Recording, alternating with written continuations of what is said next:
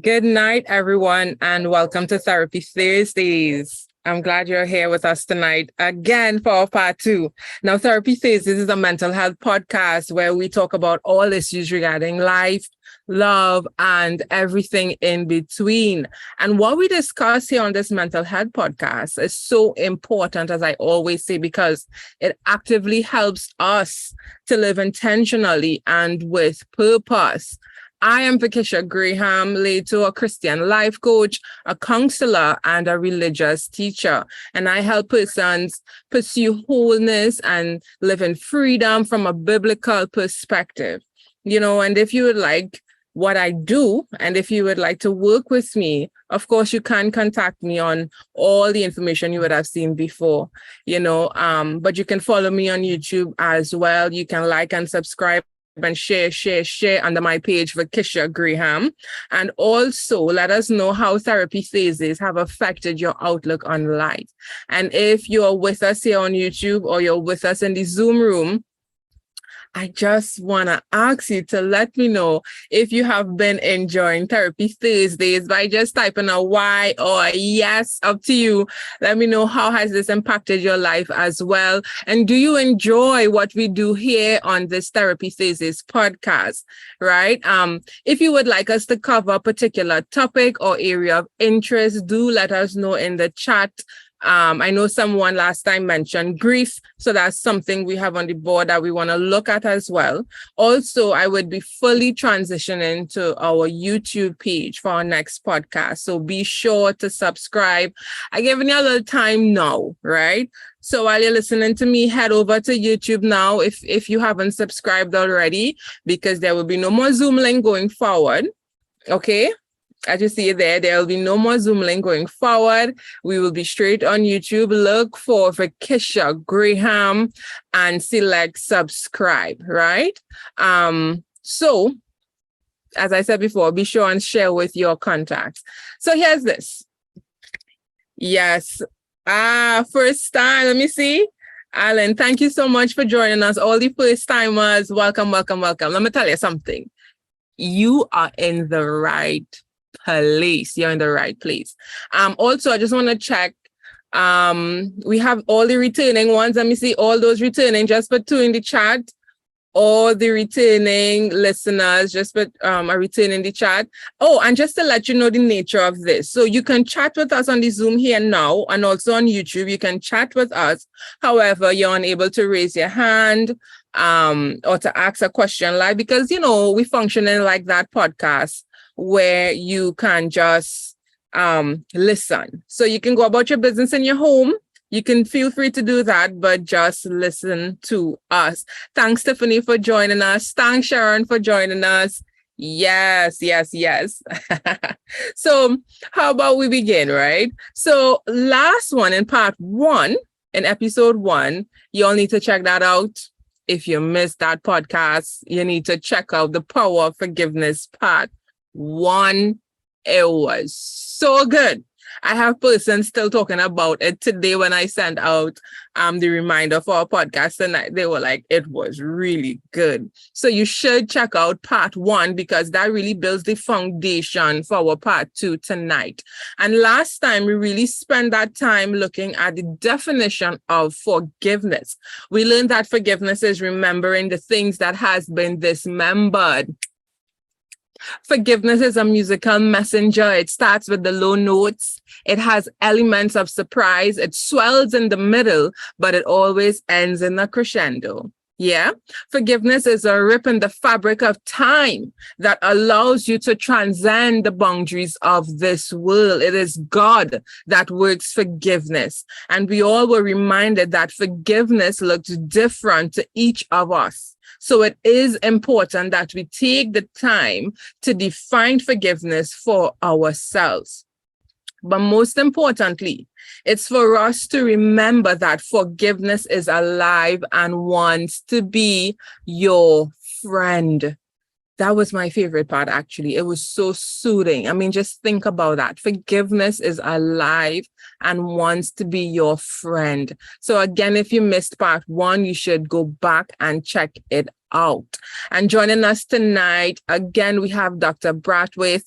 She is a program developer and director of the Division of Behavioral Health Clubhouse Day Treatment Program. And she's also the clinical supervisor at the Department of Health Division of Behavioral Health in St. Croix, that's in the United States Virgin Islands. And she's the founder of Green Brain Innovations. She's a personal development Green Brain Innovations is a personal development organization, and she's a singer, a speaker. I want to say so many things because she's so many things, right? She's just a phenomenal lady. So I nearly bite my tongue there, right? She's a singer, a speaker, a seminar leader, retreat facilitator, and a coach. And she went on to develop various seminars and educational programs, including the 490 Initiative Forgiveness series. But with all that being said, I want to refer to her as the forgiveness doctor, because she's a doctor after all, but she's the forgiveness doctor on this podcast. So Dr. Braithwaite, welcome again. I'm so happy to have you here for our part 2. How are you feeling tonight? I'm feeling great tonight. Thanks for having me. Of course. We covered a lot in part 1, right? We did cover a lot in part 1. And I like that you reviewed, because we don't have a lot of relationship with forgiveness. It's something that we would prefer to avoid, right? And sometimes we want it to be really magical. We just want it to be, the ABCs of it, and just kind of jump in and hope that, we could just do a few things and then forgiveness will magically appear. But I think this time it's important for us to talk about what forgiveness is not, right? Yes. And right. So it's not a pain eraser, and it is not reconciliation. I think sometimes people, they confuse that with thinking that once you forgive, that you're reconciled. But, sometimes you could forgive someone, but it's not necessarily safe. Maybe that person isn't in a space where they themselves are able to connect with you in a way that will be good for both of you. So that's really important. And it's not conditional upon someone asking for showing remorse or asking for remorse. It is not cheap either, right? It costs a lot. And I think sometimes that's why we hold back from forgiving, because we're counting the cost. Right. Cost me to actually forgive this person. And we talked the last time about forgiveness beginning at the point of death, because we died to the self that we were before we sustained that wound, right? And then we really have to kind of open ourselves up to the fact that we are now new.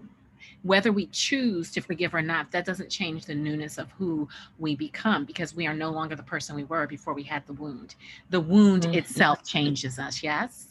And, it's not impossible, and it's not always quick. I think we kind of get hooked up on that, right? Okay, you're saying forgiveness isn't quick. It is not quick. It's not quick, right? I think sometimes as Christians, we have a lot of false starts to forgiveness. Right? Sometimes we forgive too quickly, and we haven't allowed ourselves to process what we actually feel, as though feeling what we feel is a bad thing. But it's really important for us to feel what it is that we're feeling, because if we don't, we're repressing, and that is not a restful place. You cannot heal in a place where you're not experiencing rest. That's part of the divine creation. Is rest is every aspect of creation. So there's also rest in forgiveness. So if you're not true with what you're feeling, you're not resting, right? Yeah. And okay. Hold on. Before you go so deep down, because we know it's a lot, right? But I do want to point out that tonight, actually, we want to focus on the healing aspects of forgiveness. But Dr. Braithwaite, you mentioned before something on reconciliation, and I don't want us to go too far. But tell me, how is reconciliation and forgiveness different? Yeah. So, when you reconcile, it's sort of what I think of as, kind of like the who, the what, the how, the where. So, for example, when you forgive, it's just one person. That's you. It's just for you. right? But when you reconcile, it's between you and an other, right? And when you forgive, you grant someone a gift, and that person can be yourself. You don't have to involve anyone else in it. But reconciliation is earned. You have to make sure that even though you have forgiven, that it's really kind of safe to reconnect with that person again, right? The other piece is that when we forgive, it's emotional replacement, right? So I am going to replace these feelings that I'm having right now with a feeling of agape love, right? Giving of myself in a very generous way, right? But for reconciliation, it is behavioral replacement. So it's an emotional replacement just for you. It's behavioral replacement. We have to make sure that that person's behavior and your behavior, it is not the behavior that created the wound, right? And where does forgiveness happen? Well, it happens inside you, right? It's your own mind, your own thoughts, your own connection with God. And when you reconcile with someone, that's within a relationship with the person. So it's very distinct. And I think that sometimes people don't want to forgive because they feel like they must be reconciled. And we are called to be ambassadors of reconciliation in the Bible. But at the same time, there are different rules that bring us to the place of reconciling with a person. We don't want to reconcile. It's not safe to do so. Yeah, that's so true and that was one of the things I wanted to ask as a follow-up. There are still feelings of guilt looming in others because they often see if I say I forgive, I must reconcile. And those questions pop up all the time. Do I forgiven and forgetting? Does reconciliation and forgetting, do they have a relationship as it pertains to forgiving and forgetting? Yeah, so there is a relationship with forgiveness and reconciliation, and you're saying forgetting. So forgetting is the F word in forgiveness. It's that F word that we want to stay clear of, right? Why do I say so? Because we are not created to forget a trauma that has happened to us, right? Where would the actual work be if we just forgave and then forgot that it happened, right? There would be no inherent benefit in that, right? It is in forgiving and remembering. In fact, I think that this whole idea of forgiving and forgetting comes from a misunderstanding of the scripture that talks about removing our sins from us and remembering it no more, and that kind of thing, into the sea of forgetfulness. Yes. No, because if that's the case, we wouldn't need the Lord to help us to hold on to that. And remember, it is God that does the forgiveness through us, right? And so if you wound me, and I can see that wound on my body, if you take someone out of my life, it doesn't matter if I try to forget, I'm not going to be able to, because there is either a void or a representation of it in some way. And the void will also be the representation, right? So it is in remembering it. That's where we build our forgiveness muscle, in remembering it. Not in keeping a record of the wrong, but it serves as a record of overcoming and showing that God showed up, and that now we can move on to the next thing, because we're always in a space of forgiving and growing. Right? Yeah, and I think that is what the whole forgetting does. When we say forgetting, it's really, trying to remove that whole aspect of, okay, this person did me wrong. I won't remember, because if I remember, that means I'm holding on to them. I'm keeping record of it. But you're saying that is not necessarily the case. Well, I'm saying that we're not keeping a record of the fact that you, Vakisha, hurt me, and you are all of a sudden now this monstrous person that has stepped into my life.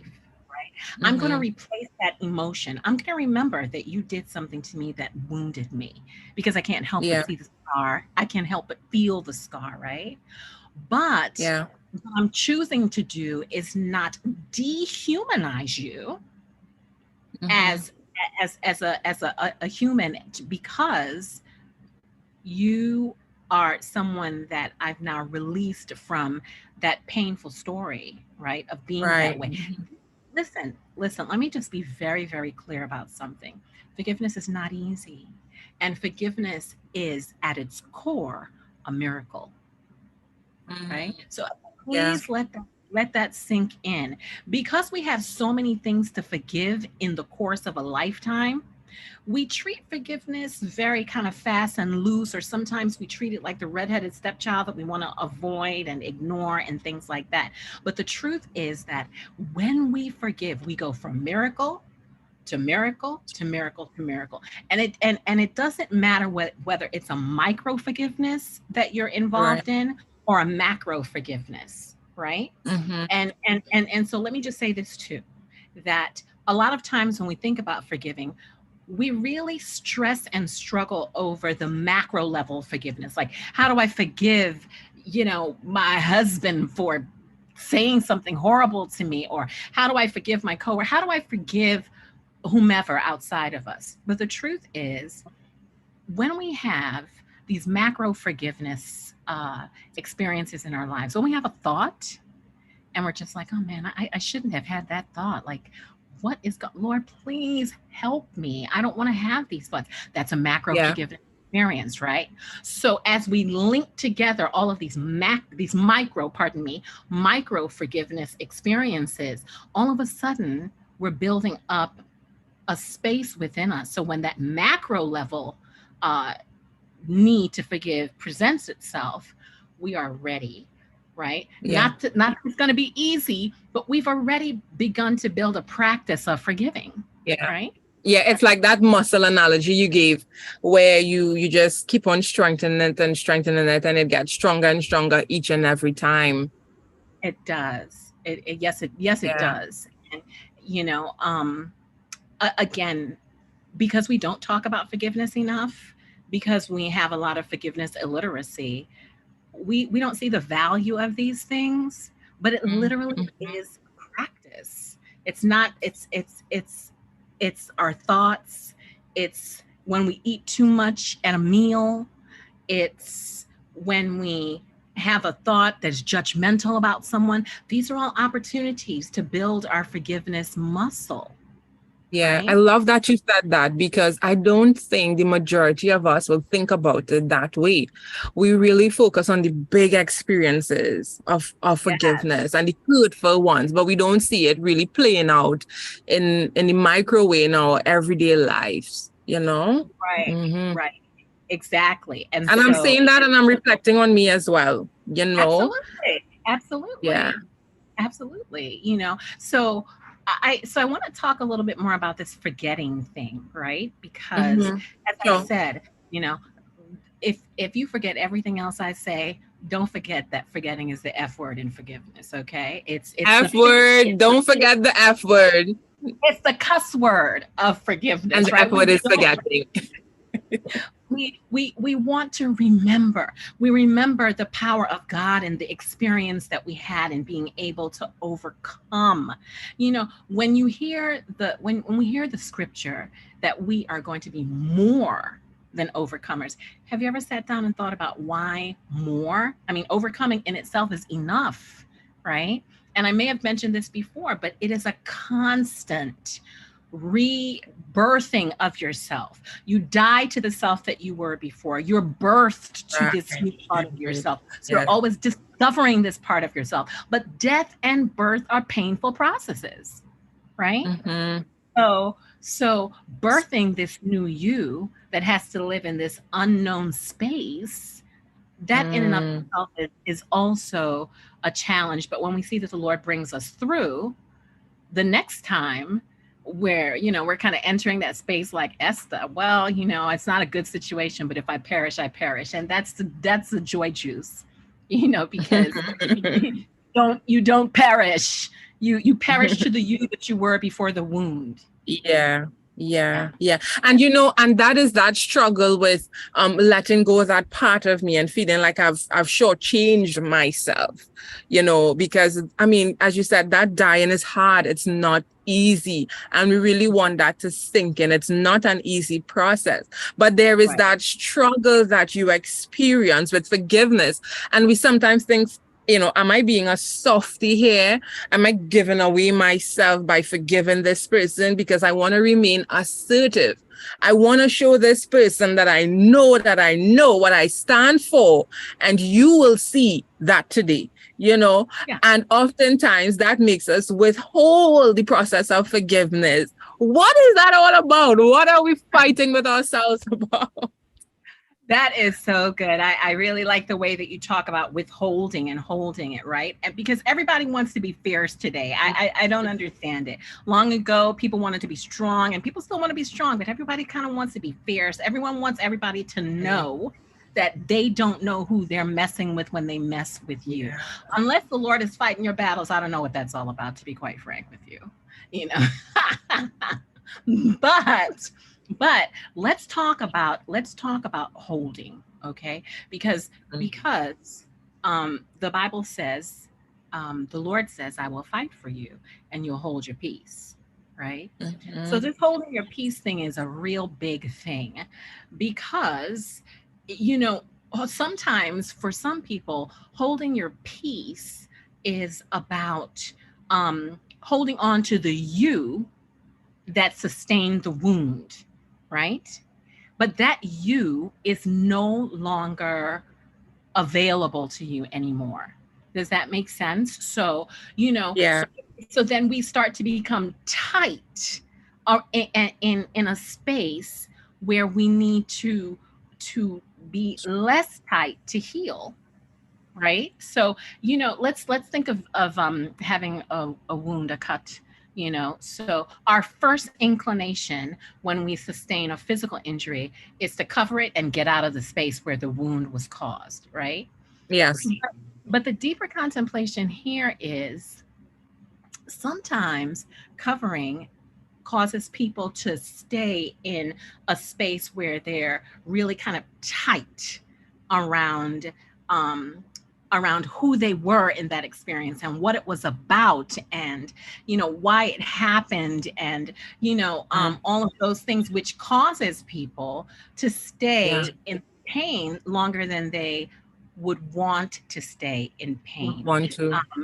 Right. And so we talked the last time about unforgiveness, right? Yeah.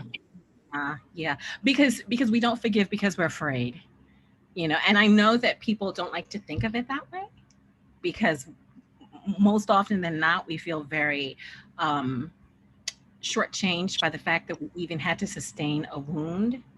But the truth is that not being able to allow yourself to forgive causes you to stay in a place of rumination. All right. So all of a sudden, this wound that you sustained, this painful story, it starts to become something that you're kind of filtering over and over in your mind, and you're really trying to make sense of it. Now that's good to a point, right? Because you have to make sense about what happened to us, right? Yeah.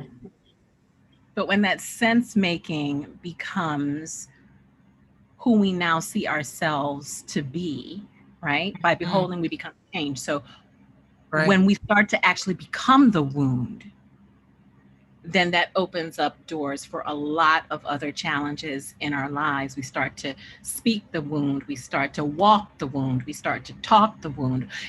Sometimes you see people and you know that they've been wounded because they now wear the mask of wound. Yes. See it in them.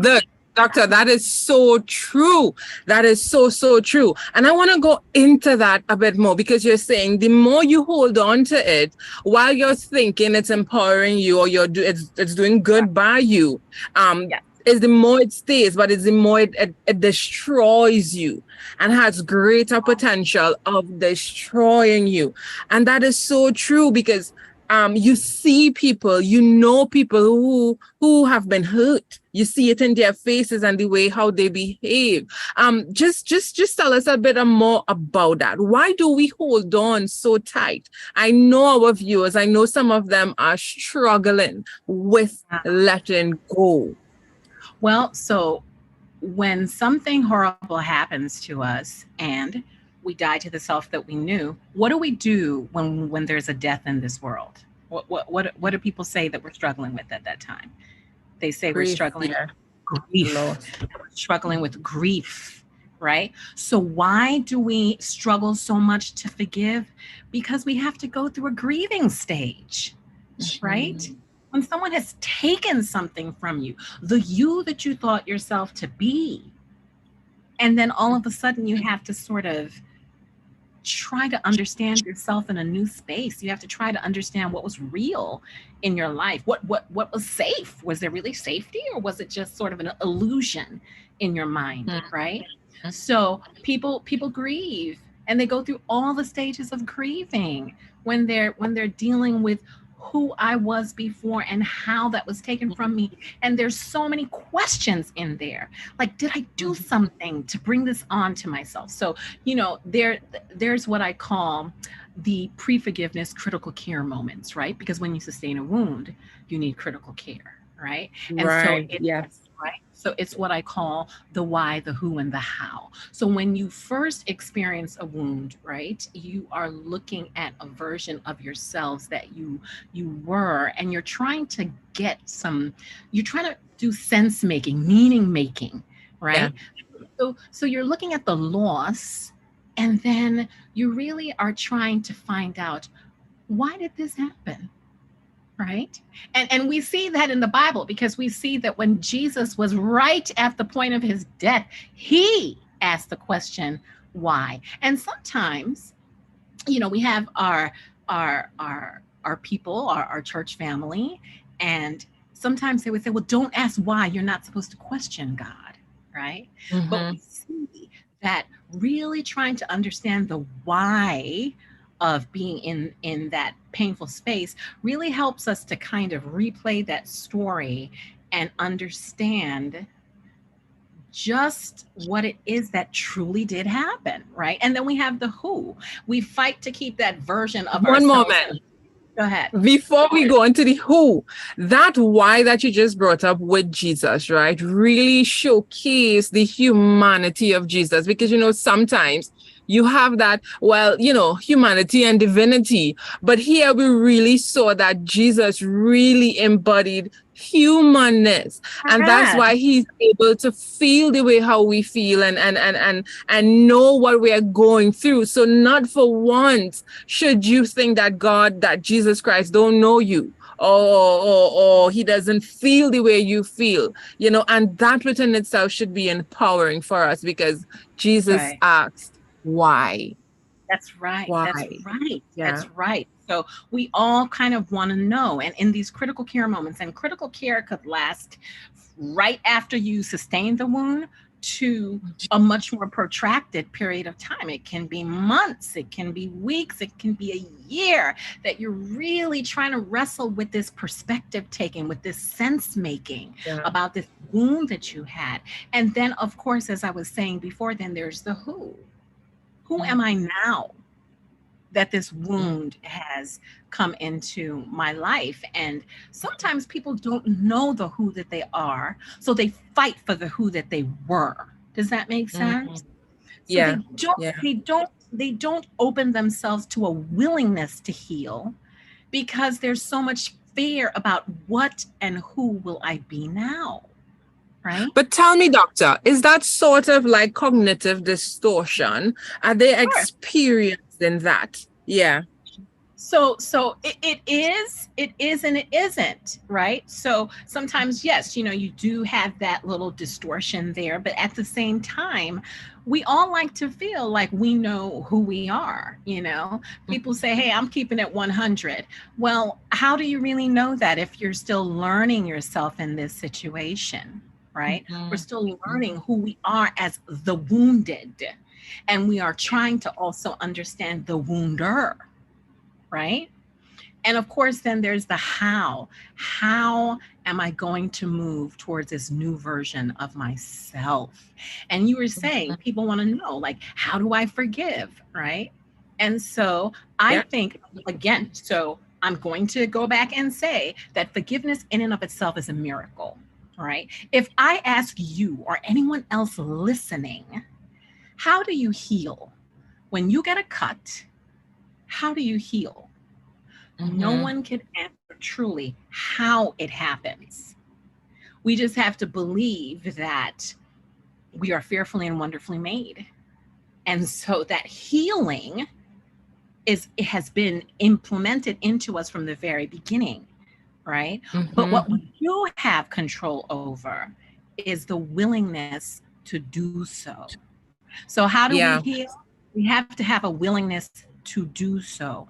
And we have to be willing to allow ourselves to loosen our grip on the painful story. Mm. That's a hard Yeah. one, Yeah. right? Yeah. Because loosening our grip on the painful story comes at the cost of rehumanizing the person or the situation, right? It's so easy So to are you say X, Y, saying, and Z was a monster, yeah. but So rehumanize. are you saying like the loosening aspect has to do with just like acknowledging that hurt first and foremost? Well, absolutely. You can't heal what you can't name or what you can't, you can't see, right? So I Yeah. think that, it's really sort of acknowledging like this horrible thing happened. I mean, if we're in the stages of grief, we don't want to stay in the stage of shock and denial the whole time. Like, I cannot believe that this happened to me. You know, who did this person think that they were? Why did they? So that's a very normative part of going Yeah. through it. But if that's where we begin and end, forgiveness and healing will have a very hard time to generate in that space, Yeah. because it's Yeah. a tight space. It's a tight space. And Mhm. healing is expansive, right? So you Yeah. can't sit in the tightness of the acknowledgement that this horrible thing happened to me without being willing to open yourself up so that the Lord could pour into you, so that Right. your territory, your mind, your body, whatever, can be more expanded to still know that that story, that painful story, is part of who you are, but you are not wrapped so tightly around that that it is the focus and that it is Mhm. changing you. Yeah. And we talk a lot about others as it pertains to forgiveness. And I'm hearing the self coming in by, knowing that it is for us, but sometimes it's hard for us to even forgive ourselves. How do Yeah. we begin to forgive ourselves? If someone is asking, how do I begin to forgive myself? Where does that Right. begin? Yeah. So that's a great question. We have to really begin a practice of radical acceptance, right? Mm, Radical acceptance. What do I mean by radical? Right? So there are so many things in this world that put us in a position where we loathe ourselves, where we dismiss parts of ourselves into the quiet room of life so that we can be accepted, right? Sometimes mhm. we're wanting to be accepted by people that we don't really like that much anyway, right? But when you True. begin radically accepting yourself with all of your flaws, that opens up an opportunity for you to begin to want to do the work of forgiving, right? Yourself. So, um, if let's say there's something that you do all of the time that gets on your nerves, right? Are you able to forgive yourself, or do you say things like, I remember I had a friend once that would say, if I had no sense, at like all the sense she had was no sense. And after a Mm, while, that troubled me. I thought, that's coming from a deeper space of wounding, Mm-hmm. right? Mm-hmm. Something that may have come from an initial wound that is now driving the bus in her life. And I think Mm-hmm. that sometimes when we have a wound that we experience, it's not the first and deepest wound. Sometimes the first and deepest wound is a wound that we had, like our very, very first wound. It could be a childhood wound. It could be something where someone dismisses you. And then all of a sudden, when someone does something and they dismiss you 20 years later, that first wound was not necessarily attended to. Yeah. So the space is there for this wound 20 years later to kind of fall into, oh my goodness, everyone dismisses me. I guess I'm just dismissible. I wonder if that Yeah. means that I'm a lovable person. I wonder if there's something about me that I'm putting out into the world that's making people treat me like this. Maybe it's Mm-hmm. me, right? Mm-hmm. And so this is what I mean when I talk about radical acceptance. So that's only one part of it, Yeah. because we know ourselves so well. And the other piece is worthiness, right? Am I Am I really worthy? Mm-hmm. right? Am I worthy to allow myself to move beyond this painful space, right? Someone may have done something to hurt you, and we have so much domestic violence going on. We have so much in churches. We have so many church wounds happening. I mean, there's no shortage of places where we can experience wounding. Mm-hmm. But the truth is, if we are having a love leak in our lives, and we all have a lot of love leaks in our lives, Yeah. that is something that we really need to attend to, because forgiveness at its core is about massive love. It's like this IV infusion of love that you yourself do not possess. But if you don't feel a sense of Mm-hmm. worthiness, how can you do it? Right? Yeah. And Because so what you're also indicating there, it's also love for yourself. that's it. Yeah. It. Yeah. That's it. Love thy neighbor as thyself. Thyself. Right? But if we have love leaks, if very early in our lives we experienced a wounding that caused us to have a slow leak of love over the course of our lives, right? So someone said something to us when we were 10, and then all of a Mm-hmm. sudden there's something that validates that when we're 11, and something else that validates that when we're 12. We're kind of leaking our love and worthiness over time, Mm-hmm. so that when the big deal comes, right, we want to try to hold on as much as possible to the us that we thought was maybe worthy of Mm-hmm. this acceptance, right? And so we are in a peace crisis. We have love leaks, and we have a lot of challenges with growth instability, right? Mm-hmm. And so these are all tenets of the work that we have to do to begin to forgive ourselves. We have to try to come into a strong identity of the fact that we are so deeply loved. When I do my seminars, I go through for the first 5 minutes just really setting a foundation of love. And Mm. if people cannot agree with me, so there are like 5 agreements that we go through, and if they cannot agree with me in these Yeah. areas, I tell them they're free to excuse themselves from this experience, because it may not be for them if Mm. they're not willing to at least be open to the fact that Right. they are just wildly loved, right? So you're saying to begin that process of forgiving yourself, it must begin with love. It And must if begin. you're incapable, yeah. Yeah, so I think that we're all capable. I just think that if we struggle with it, that it has a lot to do with not just the wound that we may be dealing with at present, that this wound sort of latches on to an old wound, and all of a Mm-hmm. sudden have all of these witnesses and all of this validation that, Yeah. you know, that this situation that happened to us is something that on some level maybe we deserve on the deepest level. Now, please don't hear me say that if someone was raped or if someone was murdered or anything like that, that they deserved it. But, you know, sometimes we get but we're talking about self-forgiveness here, right? And there is a distinction. And the truth is that when you whittle away all of the parts of forgiveness really sort of boils itself down to self-forgiveness, right? I always say that forgiveness is clear vision, right? That's why Jesus could be on the cross and he could say, forgive them because they don't know what they're doing, because he had clear vision, right? He was able to see who they really were. He knew what their who was and what their why was.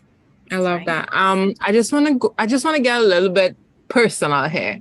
I mean, you mentioned that you did the seminars and stuff, but all this research and talk about forgiveness, like what got you so interested in this to do seminars and workshops and to even write about it? Yeah, so I have been really sort of loosely working on forgiveness. I think loosely I started working on it in the 1990s, the late 1990s. I was working with a woman that I was doing ministry with. Our ministry was called Beneath the Bark, and we were talking about the journey of trees. And we were looking at how wounded trees make it through the most horrible storms. You know, they I don't know if you know about the cherry blossoms in the Maryland area, but they are the most ornery looking gnarly trees that you ever want to see. But when they blossom, they are in such glory that they even bring a pinkish hue to the whole place where they are. It's really lovely to see.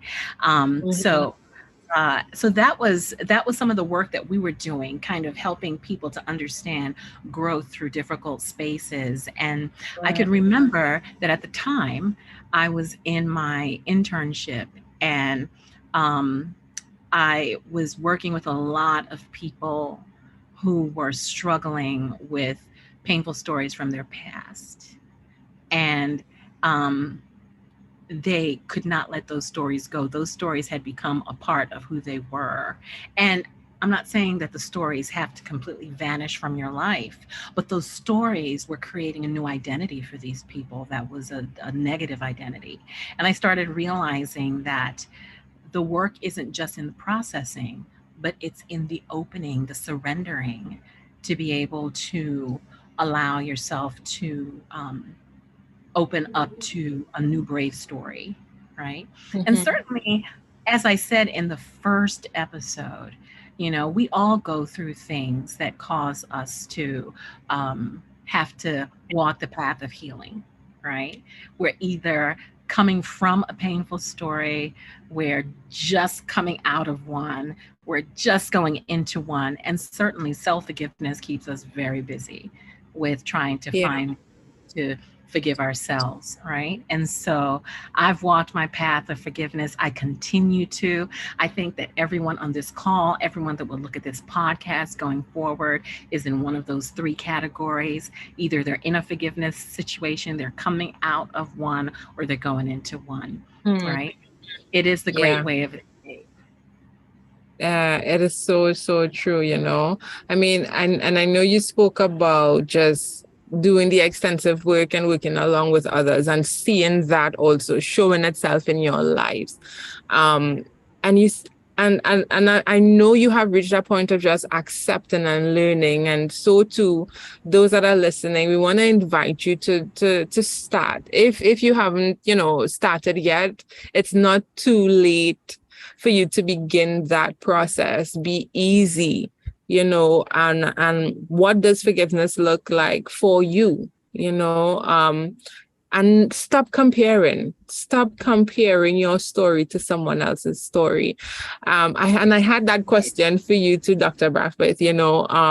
What were some of your experiences as you talk about how how the meaning of forgiveness, the definition of forgiveness was birthed for you? And I know you would have kind of highlighted off camera, that is, we were talking about it. And it was like, yeah, but it's so easy for us to look at other person's story and try to mirror our lives after that. What are like some of the dangers of that? Because we do it so unconsciously, and not just in forgiveness, but in so many other areas of our lives. We compare. By the way, I call it the comparison trap, and I do have a video about that on my playlist. Hey. You should check it out. Yeah. But what are like some of the dangers of comparing our forgiveness patterns and trying to mirror that? Well, forgiveness is deeply personal.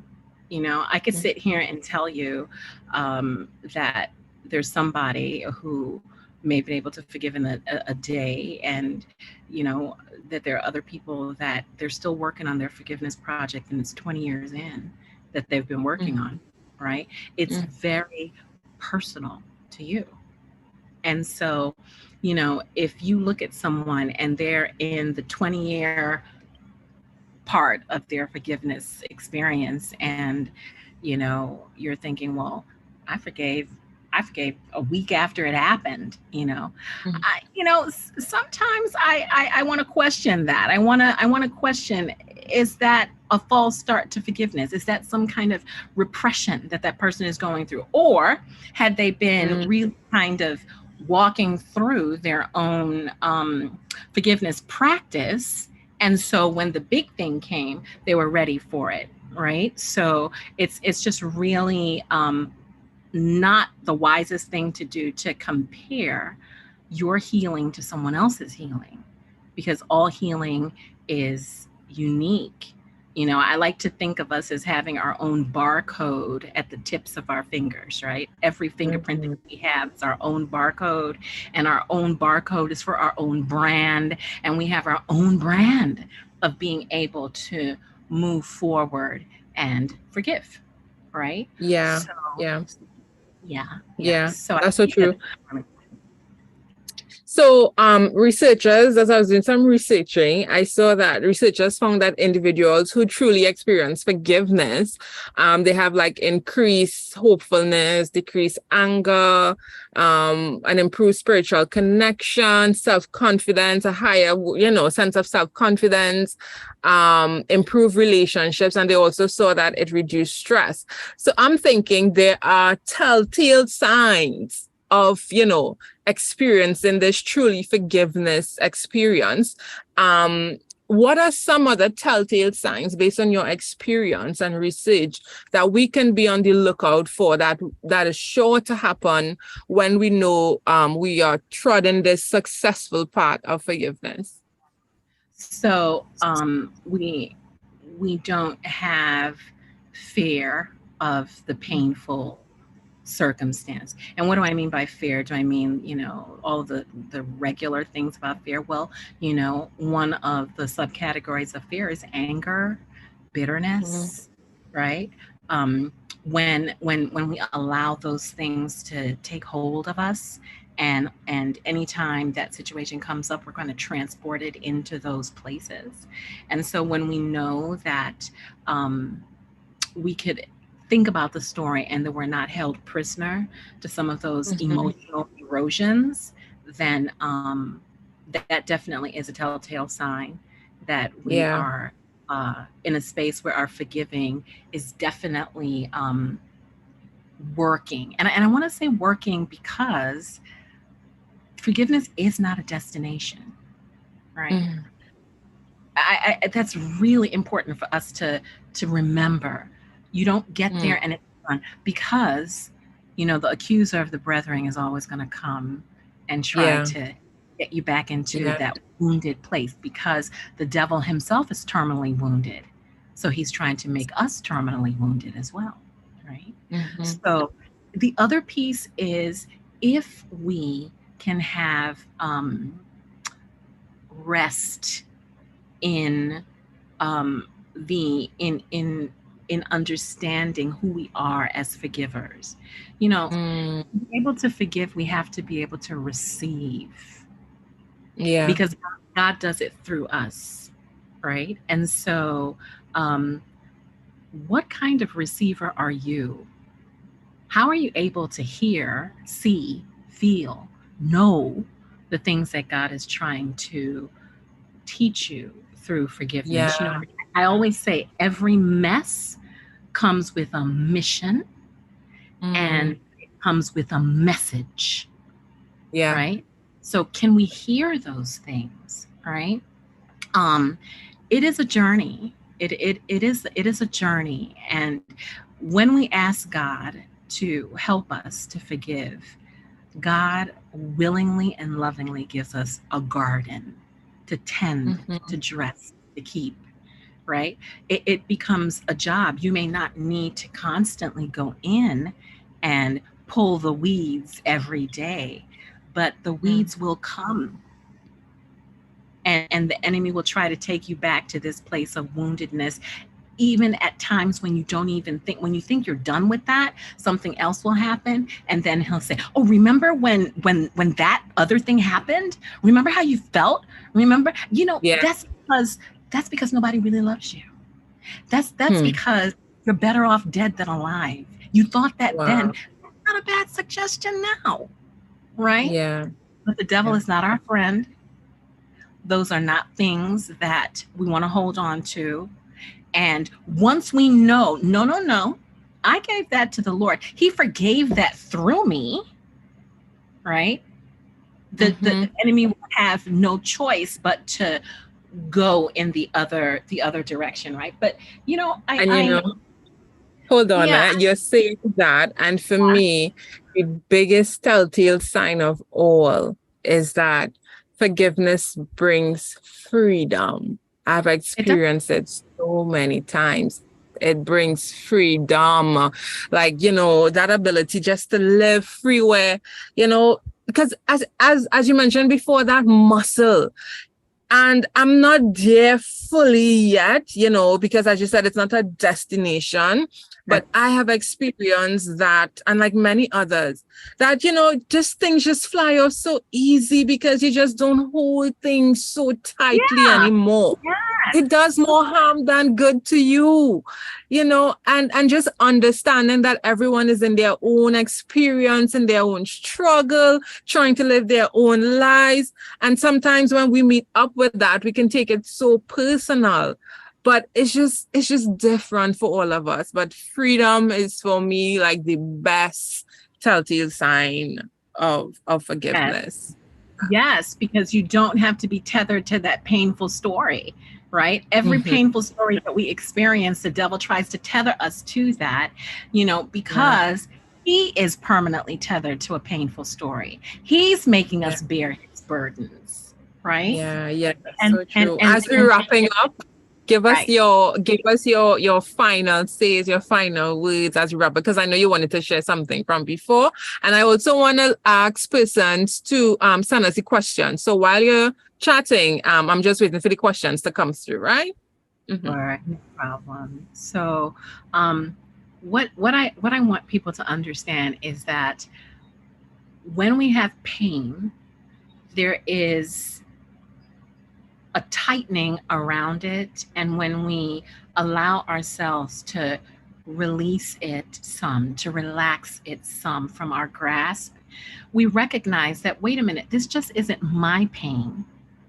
This is the pain of the world, right? We're all going through some kind of pain.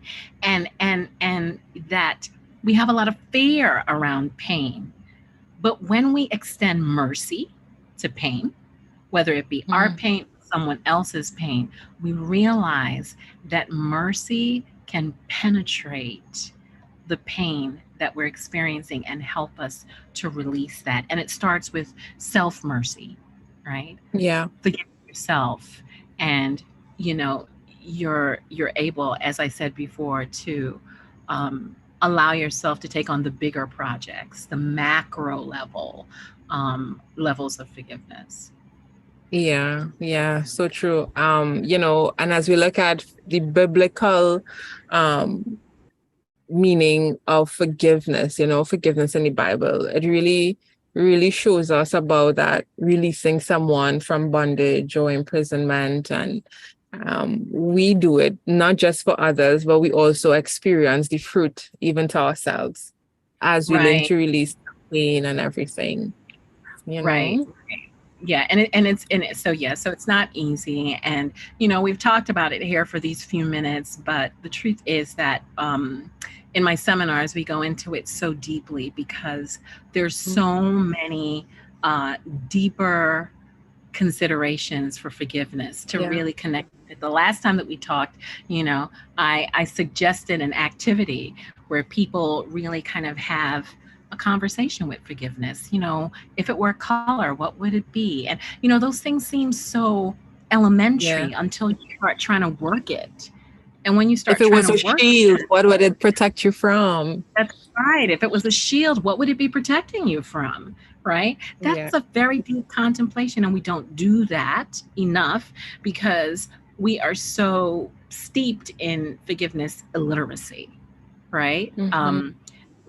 We're more in the eye for an eye kind of thing. And even when we're a Christian, sometimes we may not have that eye for an eye, but we may repress and think Yeah. that forgiveness, right? So I talked about, yes, again, a whole lot of false starts to forgiveness. And it's okay to have these false starts because at least that shows that you want to do it, but what we don't Yeah. want to do is try to forgive out of obligation. Okay. Yeah, so true. So, um, doctor, we have some questions that I have both on YouTube and on the Zoom. But before I get to that, do you have your seminars online or anything, or how do you do it? Face to face only? No, so yeah, so I also do them online. I do whole church forgiveness retreats. I do forgiveness groups, and these are more like classes, right? Where I help people to learn about the environment uh, of forgiveness and being able to do that work. Right here, we're just really talking about it. And I know you were sort of like, but what's the process? How do people actually do it? Well, I can take people through some exercises that can help them to get connected with how the miracle is unfolding in their own lives. And Nice. so, you know, um, as I said, we do them online and in person. And Okay. my email address is Mhm. greenbrain.innovations@yahoo.com. And that's innovations with Okay. a Z at the end, With not a an Z. S, right? And so, if people are interested in doing some more intense forgiveness work, they can just reach me there and we can put something together. Yeah. Also, if you didn't get that email, although we will put it up here, if you contact me, I can definitely put you on to Dr. Braithwaite, and you can have that. So I have a question here. Well, someone is asking, why is forgiveness so important? I know you answered that in part one. We did that here. But just if you can just give them an answer for that. Why is forgiveness so important? We have a lot of questions. Oh boy. Okay. So I'm going to try to hit them really quickly, right? Forgiveness is the oxygen to the soul. You don't forgive, you don't heal. We all need to heal and we all need to be free. Yeah, yeah, and we all need to breathe. Um, what are the steps to stop self-punishment? Um, yeah. So that's a good one. When we punish ourselves, we're struggling with a breach in our worthiness, right? Mm-hmm.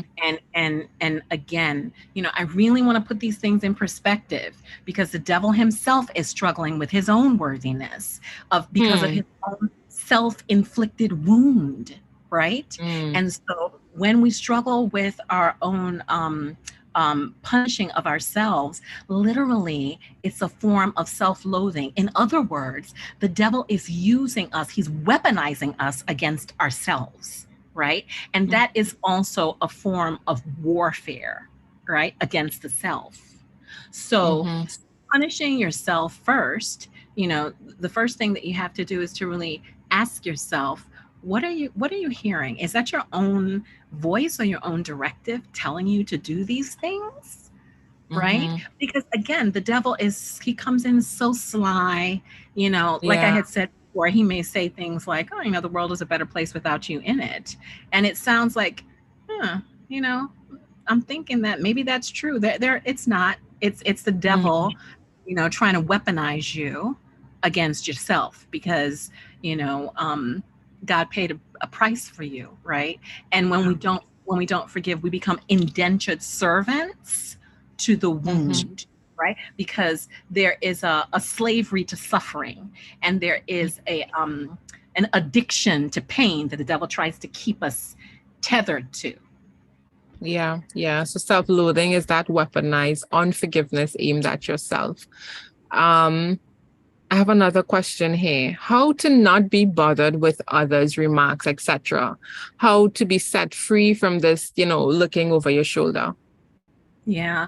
So if someone is saying something to you that is hurtful, wounding, um, really that says more about that person than it says about you, right? Mm-hmm. This person has not learned to live their life beyond what I call the plank. We got to live our lives beyond the plank in your eye that you're walking around with, knocking everybody down in front of you because you're looking at the little splinter in someone else's eye. Yes. So when you see Yeah.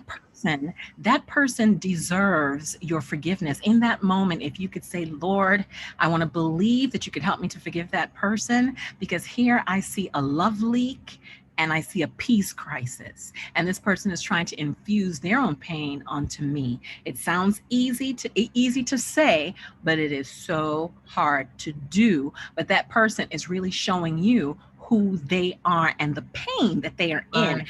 They have to deflect their pain by projecting it onto you. Yeah, yeah, yeah.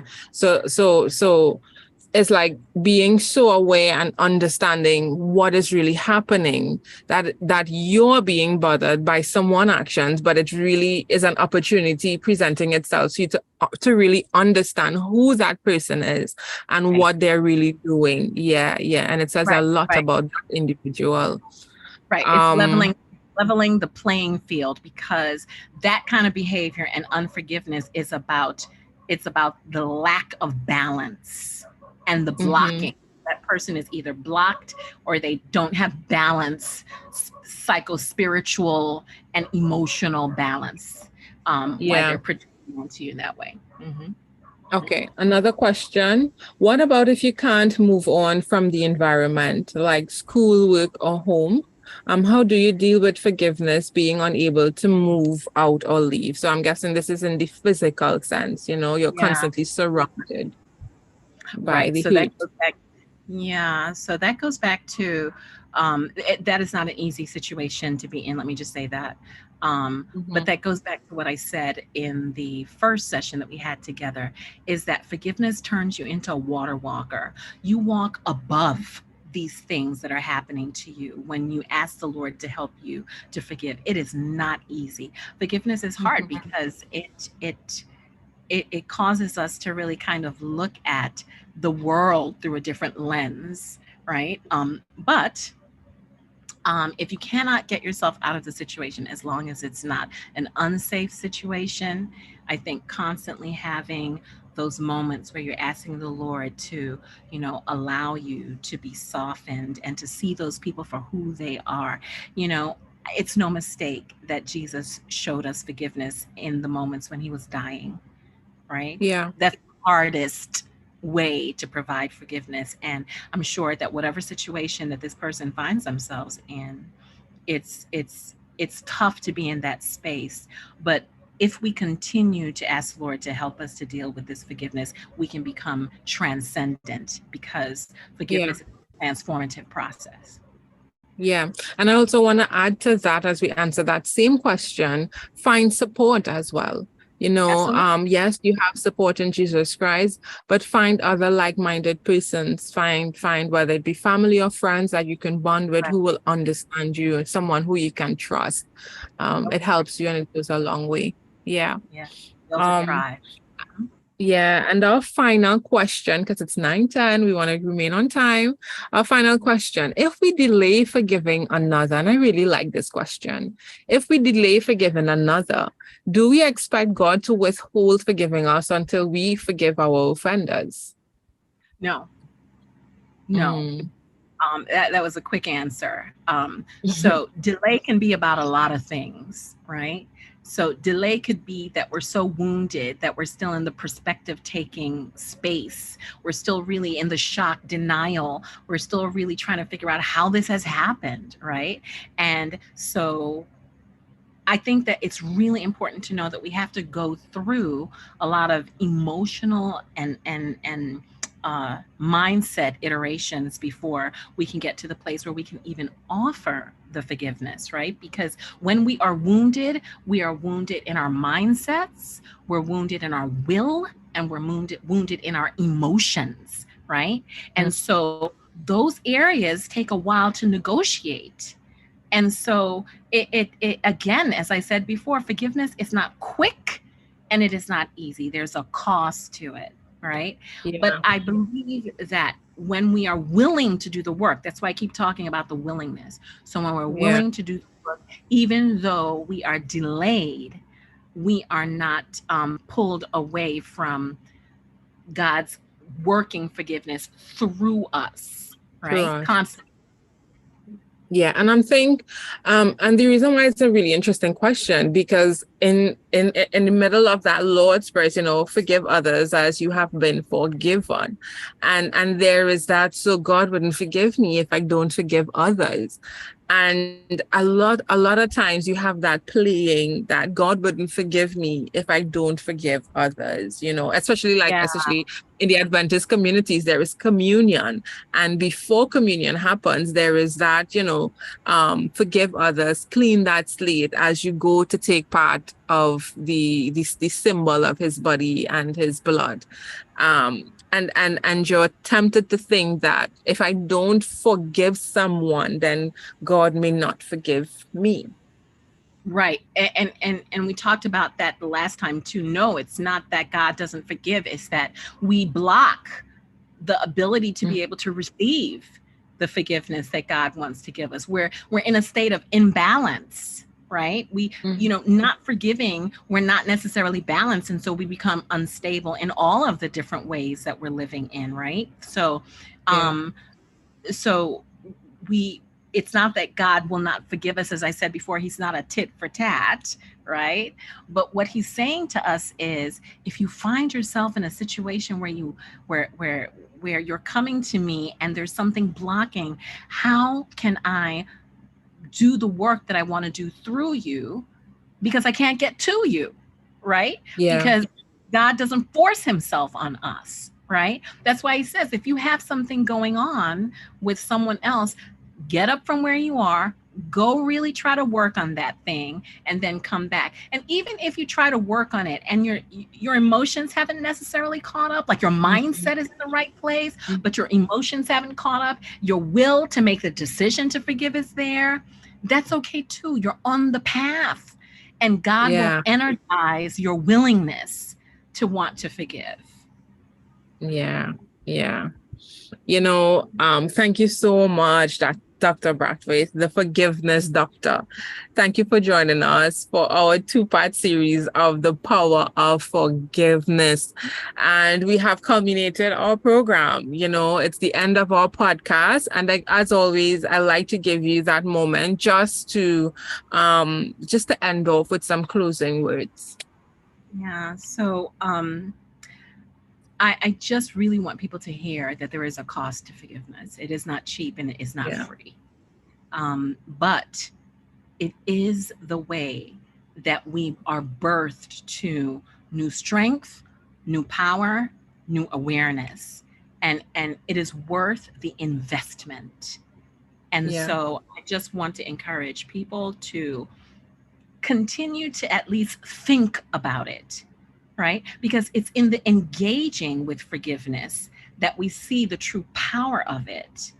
When we yeah, when we stay at a distance from it, we're looking at it and we're not really willing to open ourselves up to it. And so we need to open ourselves up to the true power of it, because God wants to show us so much more about who we are through the doing of this process, through allowing him to do it through us.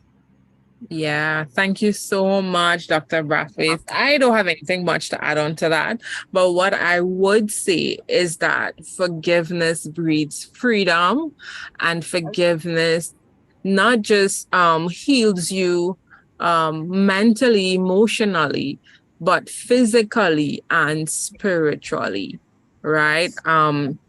Forgiveness comes from it is. And it's a miracle. And we all have that capability to breathe that miracle in not just our lives, but the lives of others. So we want to empower you. We want to encourage you to begin today. It's not too late. Define forgiveness for yourself, because it is active and it's alive and it's way closer than you think it is. And it is also possible, yeah.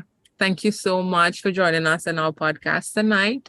And we look forward to seeing you in our next podcast. Thank you so much, Dr. Braithwaite. And thank you so much to our viewers and to our listeners. Have a wonderful night.